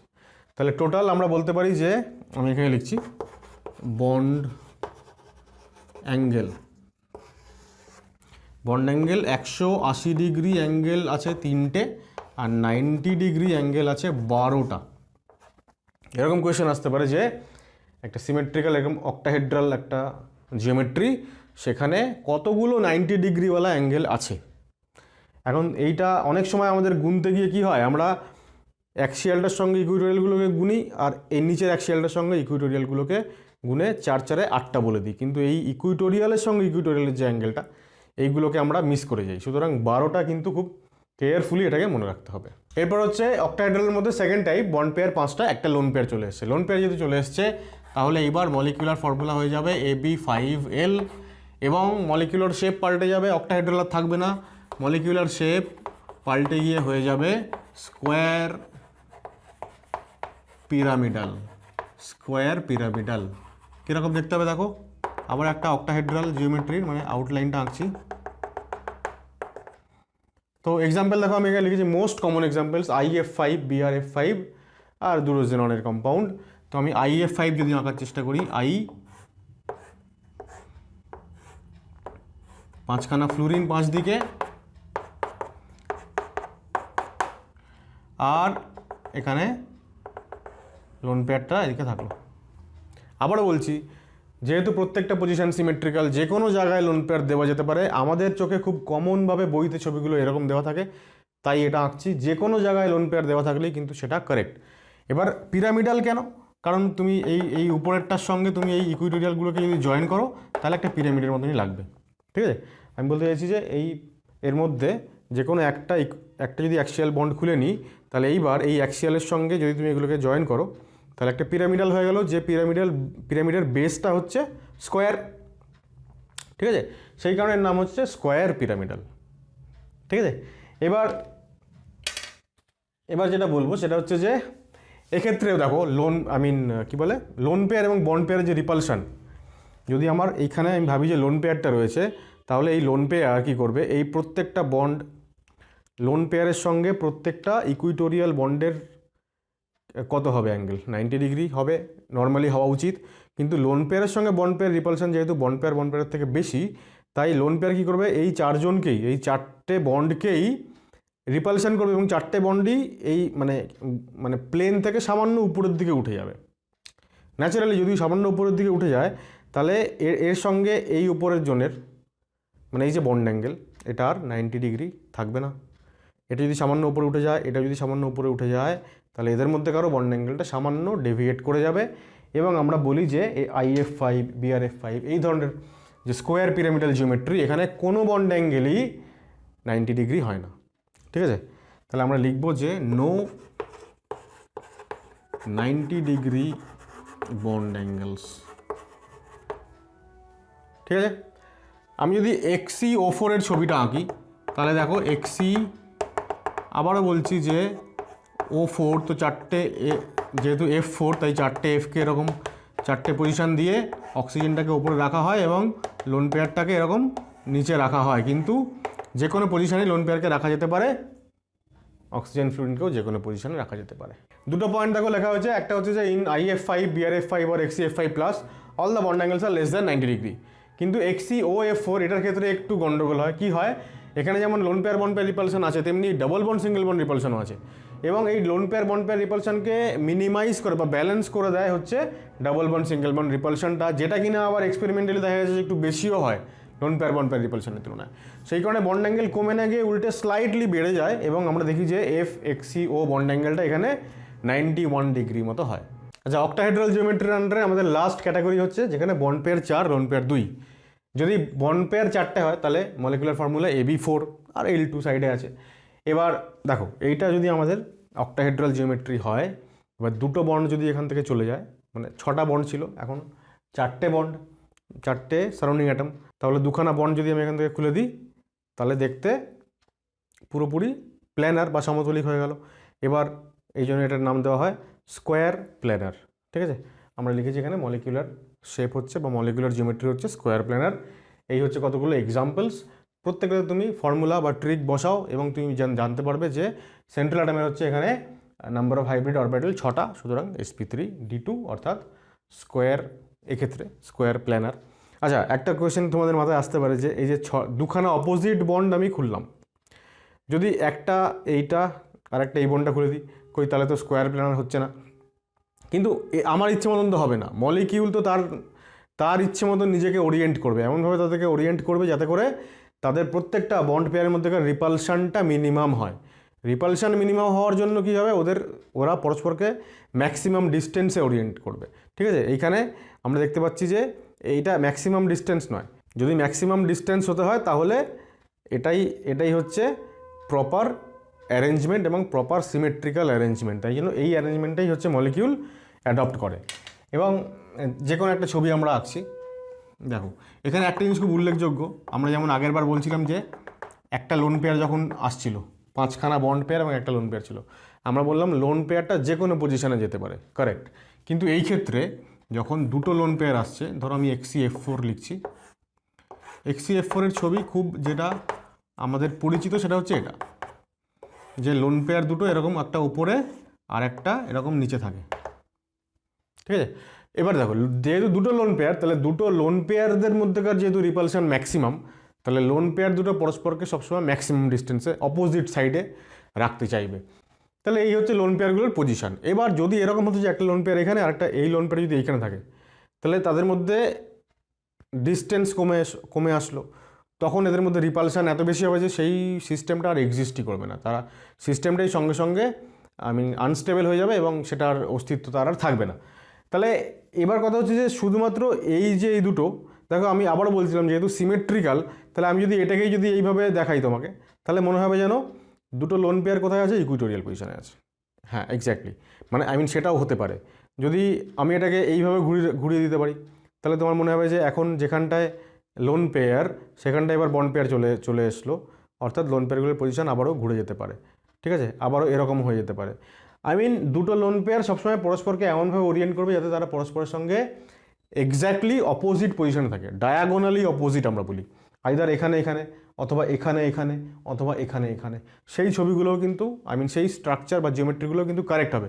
ঠিক আছে, যদি এরকম দেওয়া থাকে বইতে কোনো জায়গায় ছবি যে স্কোয়ার প্ল্যানার, ধরো XE, ধরো এখানে একটা লোন পেয়ার দেওয়া থাকলো, এখানে একটা লোন পেয়ার দেওয়া থাকলো, এখানে F আর এদিকে F, 4টে। এবার তোমাকে বলবে যে এই ছবিটা কারেক্ট না ইনকারেক্ট। এখন ন্যাচারালি তুমি বলবে এটা ইনকারেক্ট, কিন্তু আসলে এটাই কারেক্ট, মানে এটাও কারেক্ট এবং এটাও কারেক্ট। ঠিক আছে, তুমি এটাকে জাস্ট একটুখানি ঘুরিয়ে দাও, ঠিক আছে, এটাকে জাস্ট একটু তুমি রোটেট করাও, তাহলে তুমি দেখবে এইটা উপরে আর এটা নিচে চলে এলো এবং বাদ বাকি ব্যাপারটা ওই রকমই দেখতে হয়ে গেছে। ঠিক আছে, তো সবগুলোই কারেক্ট। তো দেখো কি লিখছি, in square planar geometry two lone pair should be placed at diagonally opposite position, মানে 180 ডিগ্রি অ্যাঙ্গেলে with respect to each other to maintain minimum repulsion between them. আর মিনিমাম রিপালশন মানেই হচ্ছে ম্যাক্সিমাম স্টেবিলিটি। এবার হচ্ছে আমাদের কেস 6 মানে steric number 7, এটা হচ্ছে ভিএসএপি থিওরি আমাদের লাস্ট সেগমেন্ট। এইবার যেহেতু অলরেডি 1 ঘন্টা হয়ে গেছে ভিডিওটা, আমি একটু তাড়াহুড়ো করার চেষ্টা করছি, ওই জন্য আমি পুরোটা বোর্ডে লিখেছি। দেখো ফার্স্ট অফ অল হচ্ছে এখানে স্টেরিক নাম্বার 7 sp3d3। এবার কোন কোন অরবিটালস ইনভলভ আমি একদম অ্যারেঞ্জ করে লিখেছি যাতে করে তোমাদের রিকল করতে সুবিধা হয়। দেখো এস px py pz আর dz স্কোয়ার এই পর্যন্ত থাকলে sp3d। নেক্সট আর একটা axial orbital dx square y square যোগ করলে sp3d2। নেক্সট dxy এইটা যোগ করলে হয়ে গেল sp3d3। এবার আমরা যে কটা পড়ছি এখানে হাইব্রিডাইজেশন, তার মধ্যে একমাত্র sp3d3 যেখানে dxy অর্থাৎ একটা নন অ্যাক্সিয়াল ডি অরবিটাল ইনভলভ। ঠিক আছে, এর আগে sp3d এবং sp3d2 দুটোতেই ছিল অ্যাক্সিয়াল ডি অরবিটালস। ঠিক আছে, এছাড়া d3s তো আমরা এখন পড়ছি না এখানে, সেখানে নন অ্যাক্সিয়াল অরবিটালস ছিল। তো আমরা যে কটা পড়ছি তার মধ্যে একমাত্র sp3d3 যেখানে নন অ্যাক্সিয়াল dxy ইনভলভ। এবার পেন্টাগোনাল বাইপিরামিডাল, এটাকে আবার সংক্ষেপে পিবিপি লেখা হয়। পেন্টাগোনাল বাইপিরামিডাল মানে বেসটা একটা পেন্টাগন, ঠিক আছে, পঞ্চভুজ। এবার তার দেখো আমি এখানে এই যে সবুজ রঙের যে বন্ডগুলো দিয়েছি এগুলো হচ্ছে ইকুইটোরিয়াল বন্ড, মানে বেসটা যদি একটা পঞ্চভুজের মতন হয় তাহলে সেইখানে 5খানা ফ্লুরিন অ্যাটম রয়েছে আর কি। আর এই যে হলুদ রঙের যে বন্ডগুলো দিয়েছি এগুলো হচ্ছে অ্যাক্সিয়াল, মানে এইটা যদি পেন্টাগনটা হয় তাহলে একটা বন্ড এরকম সামনের দিকে বোর্ড থেকে সামনে বেরিয়ে এসছে, আর একটা বন্ড বোর্ড থেকে পেছনে চলে গেছে, সেটা হচ্ছে একটা এই বন্ডটা আর একটা এই বন্ডটা, এই দুটো হচ্ছে অ্যাক্সিয়াল বন্ড। ঠিক আছে, পেন্টাগোনাল বাইপিরামিডাল এই হচ্ছে তার শেপ। এবার পেন্টাগন যদি হয় তাহলে প্রত্যেকটা এই অ্যাঙ্গেল, এই প্রত্যেকটা অ্যাঙ্গেলের ভ্যালু কত হবে? 72 ডিগ্রি। ঠিক আছে, 360/5 72 ডিগ্রি। তাহলে এখানে একটা দুটো তিনটে চারটে 5খানা, তাহলে 72 ডিগ্রি অ্যাঙ্গেল রয়েছে 5খানা বন্ড অ্যাঙ্গেল। আর এই যে অ্যাক্সিয়াল বন্ড তার সঙ্গে এই 5খানা ইকুইটোরিয়াল বন্ড পারপেন্ডিকুলার 90 ডিগ্রি অ্যাঙ্গেলে আছে। আবার এই অ্যাক্সিয়াল বন্ডের সঙ্গেও 5খানা ইকুইটোরিয়াল বন্ড পারপেন্ডিকুলার 90 ডিগ্রি। সুতরাং টোটাল 90 ডিগ্রি বন্ড অ্যাঙ্গেল আছে 10টা। আর 180 ডিগ্রি মানে এই অ্যাক্সিয়াল থেকে শুরু করে একবারে এই অ্যাক্সিয়াল পর্যন্ত এই 180 ডিগ্রি অ্যাঙ্গেল একটাই রয়েছে। ঠিক আছে, তো এটা ফার্স্ট কেস যেখানে বন্ড পেয়ার 7, লোন পেয়ার নেই, লোন পেয়ার দেখতে পাচ্ছি না আমরা ওখানে একটাও, 7টাই বন্ড পেয়ার। দুটো খুব ফেমাস এক্সাম্পল আছে, মানে এক্সাম্পল আর নেই, এই দুটোই এক্সাম্পল। খুব ইম্পর্টেন্ট যেটা কথা এখানে সেটা হচ্ছে ট্রাইগোনাল বাইপিরামিডাল থেকে যেটা এখানে ডিফারেন্স। ট্রাইগোনাল বাইপিরামিডালে বেসটা ছিল triangular planar, bond angle 120 degree, আর axial equatorial bond angle 90 degree. Axial equatorial bond angle কম 90 ডিগ্রি ছিল ওখানে টিবিপিতে, আর ইকুইটোরিয়াল 120 ডিগ্রি। যেহেতু ইকুইটোরিয়াল বন্ড অ্যাঙ্গেল বেশি, পরস্পরের থেকে বেশি দূরত্বে, রিপালশন কম, স্টেবিলিটি বেশি, তাই অ্যাক্সিয়াল বন্ডের ওখানে স্টেবিলিটি কম ছিল, আমরা অ্যাক্সিয়াল বন্ডটা উইকার এটা জানছিলাম। কিন্তু এখানে যেহেতু ইকুইটোরিয়াল বন্ড অ্যাঙ্গেলটা কম, রিপালশন বেশি, তাই ইকুইটোরিয়াল বন্ডসগুলো এখানে উইকার এবং একটু লঙ্গার হয় সাইজে।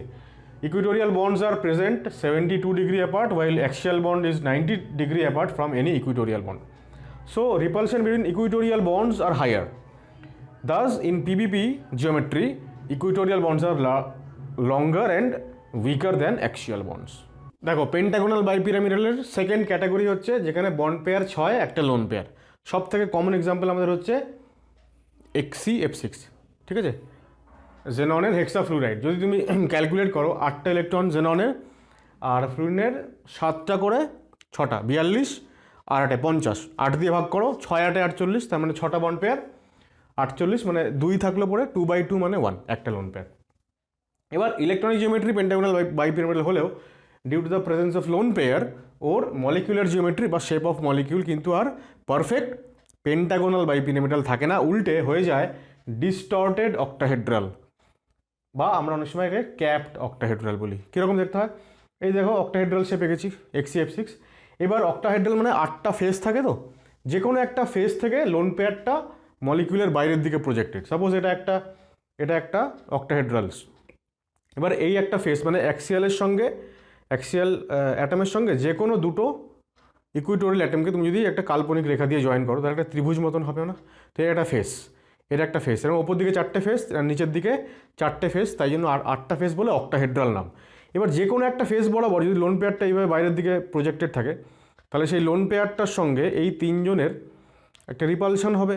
সুতরাং এই সিস্টেমটা আর পারফেক্টলি এরকম অক্টাহেড্রাল থাকবে না, ডিস্টর্টেড হয়ে যাবে। তাই জন্য এর নাম হচ্ছে ডিস্টর্টেড অক্টাহেড্রাল।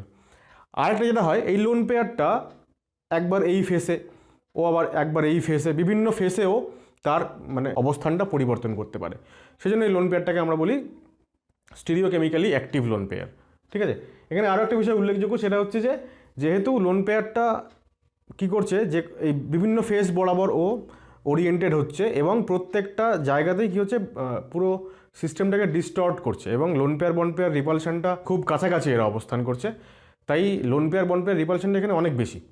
ন্যাচারালি পুরো সিস্টেমটাই আনস্টেবল হয়ে যায়, এবং আনস্টেবল হয়ে যায় বলে দেখো আমি এখানে লিখেছি যে lone pair is projected outward from a face of the octahedron, so the molecule is not very stable. কেন স্টেবল নয়? কারণ লোন পেয়ারটা যদি এখান থেকে যায় তাহলে ওর কাছাকাছি অনেকগুলো বন্ড চলে আসছে, অনেক বেশি রিপালশন, তাই খুব বেশি স্টেবল হয় না। It is ionic in nature and readily dissociates, খুব তাড়াতাড়ি এটা ডিসোসিয়েট করে যায় ডিউ টু আনস্টেবল নেচার। এবার কীভাবে ডিসোসিয়েট করে? এটা তৈরি করে আর ফ্লুরাইড আয়ন তৈরি করে। এই ফ্লুরাইড আয়নটা অন্য কোনো মলিকিউলকে ও ডোনেট করতে পারে, এইটাকে বলা হয় ফ্লুরিনেটিং নেচার। আমরা বলি so it is a good fluorinating agent. কাউকে ফ্লুরিনেট করা মানে তার মধ্যে ফ্লুরিন অ্যাডিশন করা, তো সেইটা করার জন্য সেই অ্যাডিশন তো হবে কোনো একটা মলিকিউলের মধ্যে, তাকে দেবে কে? ফ্লুরিনটা দেবে হচ্ছে HCF6। তাহলে যে অন্যকে ফ্লুরিন ডোনেট করে তার মধ্যে ফ্লুরিনটাকে বাড়িয়ে দেয়, আমরা বলি যে ওই পার্টিকুলার স্পিসিসটা ফ্লুরিনেটেড হলো, এবং সেই ফ্লুরিনেটিং এজেন্ট হচ্ছে HCF6। আমাদের ক্লাস 12-এ পি ব্লকে যখন আমরা গ্রুপ 18 পড়বো তখন এই ফ্লুরিনেটিং প্রপার্টি আমাদের পড়তে হয় একটুখানি। আর এখানে আমি লিখছি যে the lone pair can move in different faces of the octahedron, hence called stereochemically active lone pair. দেখো সেকেন্ড এক্সাম্পল, সেকেন্ডটা ইনফ্যাক্ট অনেকগুলো আছে। ClF6-, Cl হচ্ছে গ্রুপ 17, তার মাথায় মাইনাস চার্জ, টেলুরিয়াম গ্রুপ 16, মাথায় 2-, Sb অ্যান্টিমনি 15 গ্রুপের, তাই জন্য 3-। কী হচ্ছে দেখো, 6টা বন্ড পেয়ার একটা লোন পেয়ার বানাতে 6টা বন্ড বানাতে 6টা ইলেকট্রন লাগবে সেন্ট্রাল অ্যাটমের, আর একটা লোন পেয়ার মানে 2টো ইলেকট্রন, মানে সেন্ট্রাল অ্যাটমের 8টা ইলেকট্রন তো থাকতেই হবে যদি এইরকম হতে হয় আর কি, মানে 6টা বন্ড পেয়ার আর একটা লোন পেয়ার হতে হয়। তো 7টা ইলেকট্রন থাকে গ্রুপ 17-এর, +1 একটা নেগেটিভ চার্জের জন্য একটা ইলেকট্রন, 8টা ইলেকট্রন হয়ে গেল, এদেরও তাই 8টা ইলেকট্রন হয়ে গেল। এবার HCF6-এর সঙ্গে এদের যেটা বেসিক ডিফারেন্স সেটা হচ্ছে আমি এখানে লিখছি, দেখো দিজ আর পারফেক্টলি অক্টাহেড্রাল। মানে এখানে যেমন আমরা বলছিলাম ডিস্টর্টেড, এদের ক্ষেত্রে কিন্তু আর ডিস্টর্টেড হচ্ছে না, পারফেক্ট হচ্ছে। কেন পারফেক্ট হচ্ছে? তার কারণ হচ্ছে যে এই যে পার্টিকুলার sp3d3 আমরা বলছি, তো এর মধ্যে s অরবিটালটা এদের ক্ষেত্রে, এই কজনের ক্ষেত্রে s অরবিটালটা হাইব্রিডাইজেশনের বাইরে বেরিয়ে চলেছে, মানে ও হাইব্রিডেশন টেক পার্ট করে না। প্র্যাকটিক্যালি হাইব্রিডেশন টেক পার্ট করে p আর d, 3টে p 3টে d, 6টা অরবিটাল। তাহলে 6টা অরবিটাল যেহেতু টেক পার্ট করে এবং 6টাই বন্ড হচ্ছে, তাই জন্য পারফেক্টলি অক্টাহেড্রাল। এস যেহেতু বাইরে বেরিয়ে চলে আসলো, সেই এস অরবিটালে এদের ওই লোন পেয়ারটা থেকে যায়, যেটা একটা লোন পেয়ার। যেহেতু এস অরবিটালে লোন পেয়ার থাকে, এস অরবিটাল আমরা জানি তার কোনো ডাইরেকশনাল নেচার নেই, তাই জন্য এই ক্ষেত্রে লোন পেয়ারটা আমরা বলি স্টিরিওকেমিক্যালি ইনঅ্যাক্টিভ। আগেরটায় যেমন HCF6-এ ছিল স্টিরিওকেমিক্যালি অ্যাক্টিভ।